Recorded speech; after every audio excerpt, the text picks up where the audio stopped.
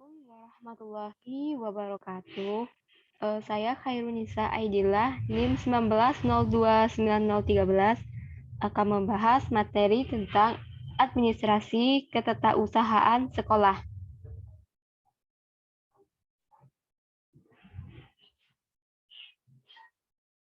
Pada materi kali ini terbagi dari 5 submateri. Yang pertama, konsep administrasi ketetausahaan sekolah. Yang kedua, proses tata persuratan. Yang ketiga, proses tata kearsipan. Yang keempat, proses tata ruang kantor atau sekolah.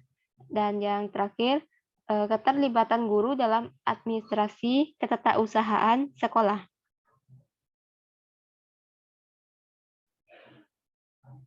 Pada bagian pertama, yaitu konsep administrasi ketetausahaan sekolah.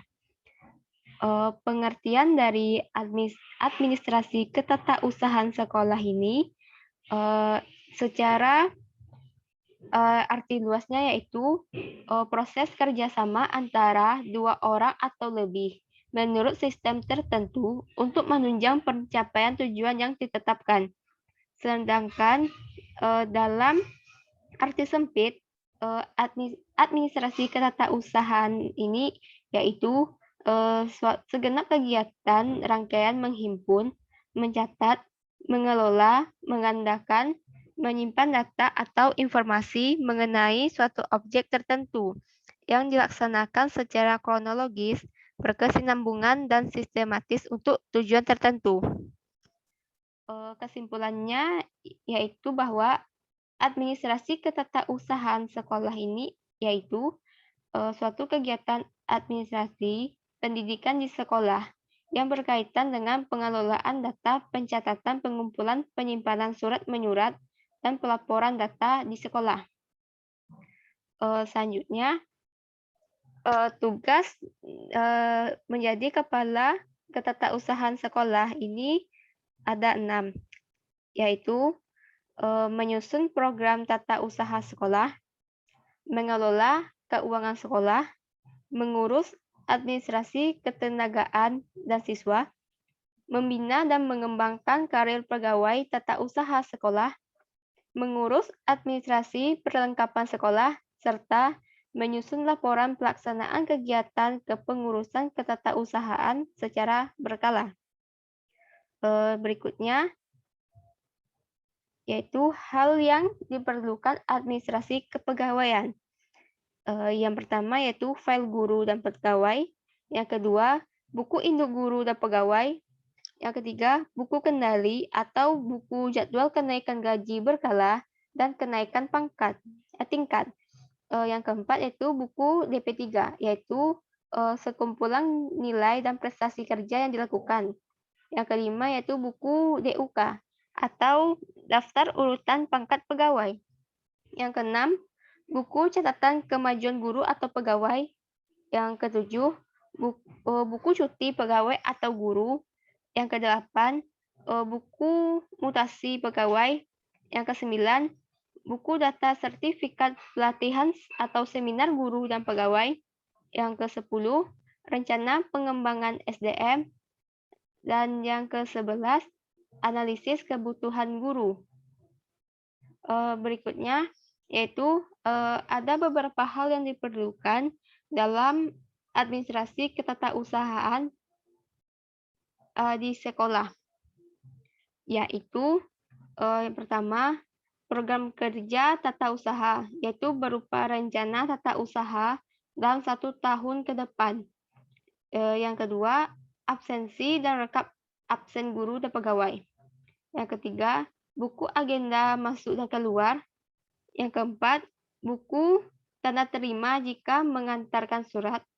Yang kelima, sistem penyimpanan arsip. Dan yang keenam, pemanfaatan SIM atau SIN atau TIN. Berikutnya, hal yang diperlukan dalam administrasi keuangan, yaitu yang pertama, adanya buku kasus umum. Yang kedua, yaitu buku kas pembantu. Yang ketiga, yaitu laporan keuangan. Berikutnya, Hal yang diperlukan dalam administrasi barang, yaitu yang pertama, buku induk atau inventaris barang. Yang kedua, buku non-inventaris. Yang ketiga, buku pemeliharaan. Yang keempat, buku kendali atau stok barang. Yang terakhir yaitu hal yang diperlukan administrasi kesiswaan, yaitu pertama, buku induk pegawai. Yang kedua, kelaper atau nama siswa menurut abjad. Yang ketiga, buku mutasi masuk keluar. Yang keempat, buku prestasi. Yang kelima, rekap asumsi siswa. Yang keenam, buku kumpulan nilai. Yang ketujuh, daftar nominatif siswa. Yang kedelapan, fotokopi ijazah atau SKHU atau transkripsi atau sertifikat siswa dan tamatan. Yang kesembilan yaitu rapor siswa. Pada bagian kedua, membahas tentang proses tata persuratan. Proses tata persuratan ini adalah kegiatan tata persuratan yang menyangkut materi yang lingkupnya esensial dalam komunikasi kedinasan. Yang meliputi pertama, penentuan jenis surat, yang kedua, sifat surat titik, yang ketiga yaitu format surat. Hal ini untuk menampung bentuk redaksional serta penggunaan sarana pengamanan surat serta kewenangan penandatanganan. Pada bagian ketiga yaitu tentang proses tata kearsipan.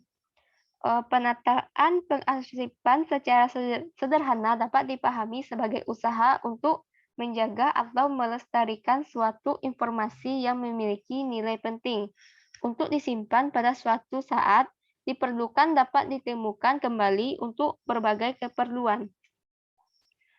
Pada bagian keempat ini membahas tentang proses tata ruang kantor atau sekolah. Berikut ada 4 keuntungan dalam proses tata ruang kantor atau sekolah, yaitu yang pertama, mencegah penghamburan tenaga dan waktu para pegawai. Yang kedua, menjamin kelancaran proses pekerjaan yang bersangkutan. Yang ketiga, menggunakan ruang seefisien mungkin. Dan yang keempat, mencegah para pegawai di bagian lain terganggu oleh publik yang akan memenuhi suatu bagian tertentu. Selanjutnya, tujuan dari proses tata ruang kantor atau sekolah ini yaitu yang pertama, memperlancar jalannya pekerjaan karena ruangan digunakan secara efisien. Yang kedua, menambah semangat kerja pegawai. Yang ketiga, memberikan kesan terbaik bagi tamu. Dan yang keempat, mempermudah pengawasan. Selanjutnya, manfaat tata ruang kantor atau sekolah secara efektif yaitu mengoptimalkan penggunaan ruang, membangun lingkungan yang nyaman, serta meningkatkan produktivitas kerja. Pada bagian terakhir, yaitu tentang keterlibatan guru dalam administrasi ketatausahaan sekolah. Berikut ini peran guru dalam ketatausahaan sekolah, yaitu yang pertama, terlibat langsung ataupun tidak langsung dalam memberikan layanan.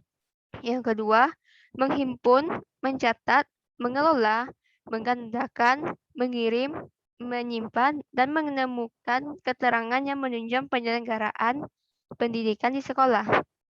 Yang ketiga, membantu perkembangan lembaga persekolahan yang kreatif dan inovatif demi meningkatkan pelayanan internal maupun eksternal di lingkungan sekolah. Selanjutnya, optimalisasi guru dalam administrasi ketatausahaan sekolah, yaitu yang pertama, guru harus patuh pada tugas yang diberikan kepadanya. Yang kedua, guru harus bertanggung jawab atas tugasnya. Yang ketiga, guru harus siap dalam memberikan bantuannya. Yang keempat, guru harus aktif menyukseskan program sekolah. Dan yang kelima, guru harus patuh pada pihak penanggung jawab akan pelaksanaan tugasnya. Selanjutnya, kesimpulan materi kali ini yaitu bahwa kegiatan administrasi ketatausahaan ini berkaitan dengan pengelolaan data surat menyurat dan pelaporan data sekolah. Baiklah, sekian pembahasan materi dari saya kali ini. Wabillahi taufiq wal hidayah. Wassalamualaikum warahmatullahi wabarakatuh.